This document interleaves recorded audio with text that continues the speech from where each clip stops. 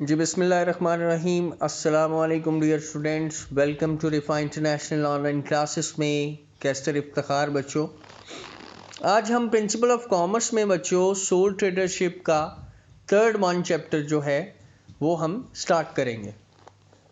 इसमें जो क्वेश्चन है, आज हम सोल ट्रेडरशिप, जिसको उर्दू में वाहिद मलकियती कारोबार बोलते हैं, वो डिस्कस करूँगा। ठीक हो गया बच्चों?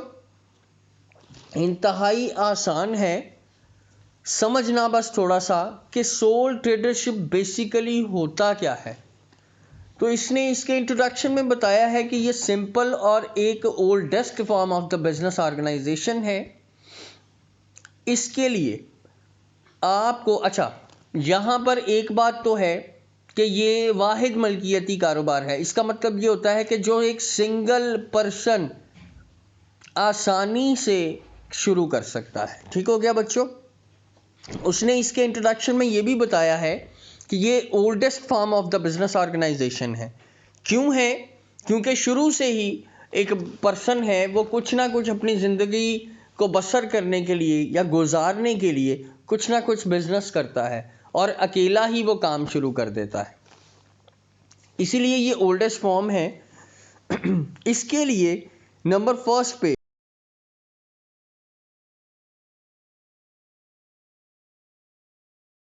पूरी नहीं करनी पड़ती, या लीगल जो इसकी प्रोविजंस हैं, जैसे रजिस्ट्रेशन वगैरह है, किसी काम को शुरू करने के लिए उसकी रजिस्ट्रेशन करवानी पड़ती है, लाइसेंस लेना पड़ता है। तो वो इस तरह में इसमें कोई ऐसी सिचुएशन क्रिएट नहीं होती। ये तो इसका एक छोटा सा जो है एक इंट्रोडक्शन है बच्चों। तो हम आगे मूव करते हैं कि इसकी एक आदि डेफिनेशन देख लेते हैं। तो हमने एक बिजनेस की डेफिनेशन की थी कि business is a legal activity which operate कह ले, या which is done for the sake of earning profit है। तो यहाँ पर मैं लिख दूंगा कि एक simplest form of the business है कि जो कि ऑन्ड और कंट्रोल एक ही आदमी करता है, यानी कि सिंगल पर्सन इसको कंट्रोल और ऑन होता है करता है, यानी कि ऑन मलकियत मलकियत होती है और सिंगल पर्सन ही इसको यानी कि ऑपरेट करता है। इसमें इसकी एग्जांपल्स कुछ दे देते हैं कि इसकी एग्जांपल क्या है बच्चों। कि एग्जांपल के अंदर आपकी रिटेलर शॉप हो सकती है, उसके बाद आपकी कोबलर हो सकता है, उसके बाद आपका जो शूमेकर हो सकता है। ये इसकी एग्जांपल्स हैं। ठीक हो गया बच्चों? नेक्स्ट की तरफ मूव करते हैं, वेरी नेक्स्ट की तरफ के उसकी एग्जांपल में उसने बार्बर भी दे दिया है, पेंटर भी दे दिया है, कारपेंटर भी दे दिया है, टूरिस्ट गाइड भी दे दिया है, यानी कि कोई बाहर से सफ़र करके पाकिस्तान देखने आया है, पाकिस्तान की जगह देखने आया है, तो उसके साथ एक गाइडर के तौर पर टूरिस्ट गाइड होता है। उसके बाद ब्यूटी पार्लर है, शू सर्विस शॉप है, डॉक्टर है, अकाउंटेंट है, रेस्टोरेंट है, पेट्रोल पंप्स है। ये एक सिंगल बिजनेसमैन की पहचान है या सिंगल बिजनेस की पहचान है। अच्छा, इसमें आपने देखा होगा जैसे रेस्टोरेंट है, डॉक्टर है, पेट्रोल पंप्स हैं, भाई इसके लिए तो रजिस्ट्रेशन करवानी ज़रूरी है। मैंने आपको सिर्फ इसमें ये बताया है कि ये वो बिजनेस है जिसमें लीगल रिक्वायरमेंट्स पूरी करना ज़रूरी नहीं होती। तो ये कोई 100% बात नहीं है कि इसकी रजिस्ट्रेशन होती ही नहीं है। नहीं बच्चों, इसकी रजिस्ट्रेशन हो सकती है। ठीक है, इसकी रजिस्ट्रेशन करवा सकते हो। तो जो नहीं करवाते वो रिटेलर है, पेंटर है, कारपेंटर है, बार्बर है, ब्यूटी पार्लर्स हैं। कई ऐसे ब्यूटी पार्लर्स वगैरह भी हैं जो रजिस्टर्ड होते हैं, लेकिन इसके लिए ज़रूरी नहीं है कि आपने रजिस्ट्रेशन करवानी है बच्चों। उसके बाद आज हम बात करेंगे कि इसकी करेक्टरिस्टिक्स क्या है, खसूसियात क्या है। तो नंबर 1 पॉइंट डिस्कस कर लेते हैं, ऑनरशिप। ऑनरशिप क्या है?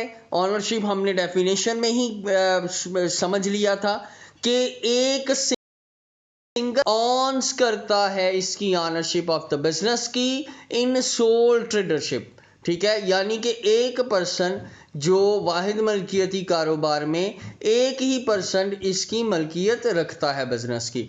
The person who do not want to work as employees can become the owner of starting such business.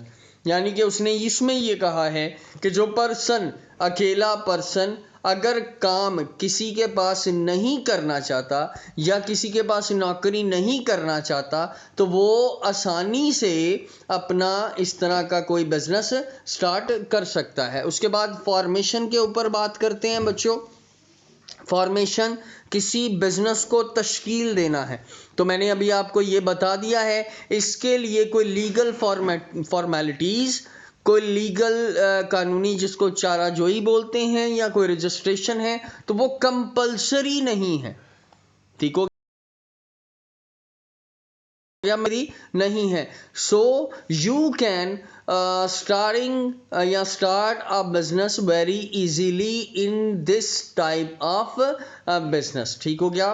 तो उसने फौरन नीचे भी मैं आपको दोबारा इसके बारे में बता देता हूँ कि फॉर्मेशन ऑफ सोल प्रोप्राइटरशिप या tradership business is easy as compare to other business because no special law और लेजिस्लेशन, आइन जिसको बोलते हैं, has been passed in this regard.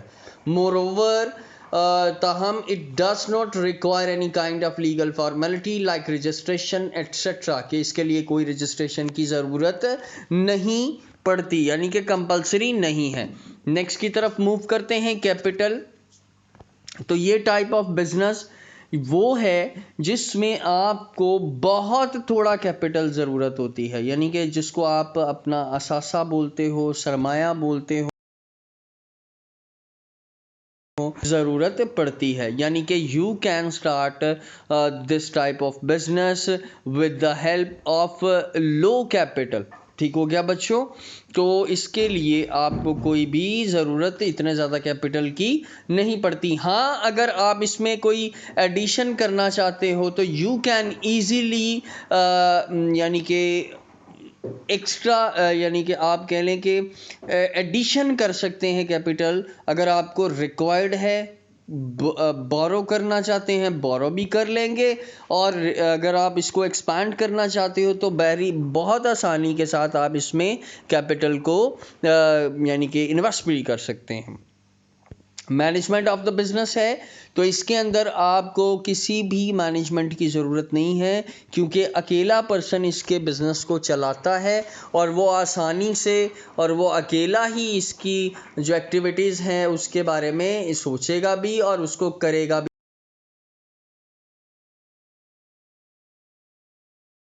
वो ऑनर है, वही इसको ऑन करता है, वही इम्प्लीमेंट करेगा पॉलिसीज को, वही चलाएगा। ठीक है। तो इसमें मैनेजमेंट जो है ऑफ द बिजनेस इस तरह के वो एक ही पर्सन है जो ऑनर है। ठीक हो गया। प्रॉफिट क्या है? इसके अंदर जो प्रॉफिट है बच्चों वो तमाम का तमाम एक ही पर्सन जो कि सोल ट्रेडरशिप है, सोल प्रोप्राइटर है, वो ही इसको एंजॉय करेगा। यानी कि total benefits of this type of business जो है वो जो उसको जो एंजॉय करेगा वो अकेला ही पर्सन है। और इसी तरह अगर आप इसकी लॉस की तरफ जाते हैं तो वही अकेला पर्सन है जो इसको बेयर भी करेगा। लीगल एंटिटी क्या है बच्चों? इसकी कोई सेपरेट लीगल एंटिटी नहीं है, यानी कि कोई अलग से कानूनी हैसियत नहीं है। तब तक नहीं है जब तक ये रजिस्टर्ड नहीं है। ठीक हो गया। रजिस्टर्ड होगी तो उसकी कोई कानूनी यानी कि पहचान होगी। अगर रजिस्टर्ड नहीं है तो उसकी कोई कानूनी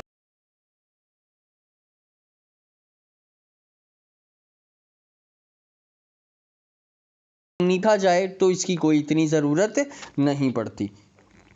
अनलिमिटेड लाइबिलिटी से मुराद बच्चों क्या होता है कि गैर महदूद जिम्मेदारी। गैर महदूद जिम्मेदारी को समझने के लिए बच्चों ये है कि अगर आपका कोई बिजनेस है तो आपका बिजनेस लॉस में चला जाता है तो आपकी जो जितनी भी लॉस की जो रेशो है वो आप अकेले बेयर करेंगे, चाहे आपको ज़ाती प्रॉपर्टी ही क्यों ना बेचना पड़े। ठीक है। ये लीगल ये होती है अनलिमिटेड लाइबिलिटी, यानी कि आपको अपने लॉस को पूरा करने के लिए अपनी ज़ाती प्रॉपर्टी को भी सेल करना पड़ सकता है। ठीक है, लीगल रेस्ट्रिक्शन क्या है बच्चों? कोई लीगल या कोई लॉफुल रेस्ट्रिक्शन नहीं है, कोई ऐसी प्रोविजंस नहीं है जो कि आपको अपने बिजनेस करने से रोक सके। हाँ, अलबत्ता ये है कि कोई गैर कानूनी काम आप नहीं कर सकते हैं। फुल होना चाहिए, लॉफुल से मुराद के कानून के दायरे में रहकर करें, इसके लिए कोई आपको रिस्ट्रिक्शन नहीं है, क्योंकि ना ही कोई आप रजिस्ट्रेशन करवा रहे हैं, ना ही आपको उसकी कोई ज़रूरत है। लिहाजा आपने कोई भी काम करना है तो कानून के दायरे में रहकर कीजिएगा। ठीक हो गया।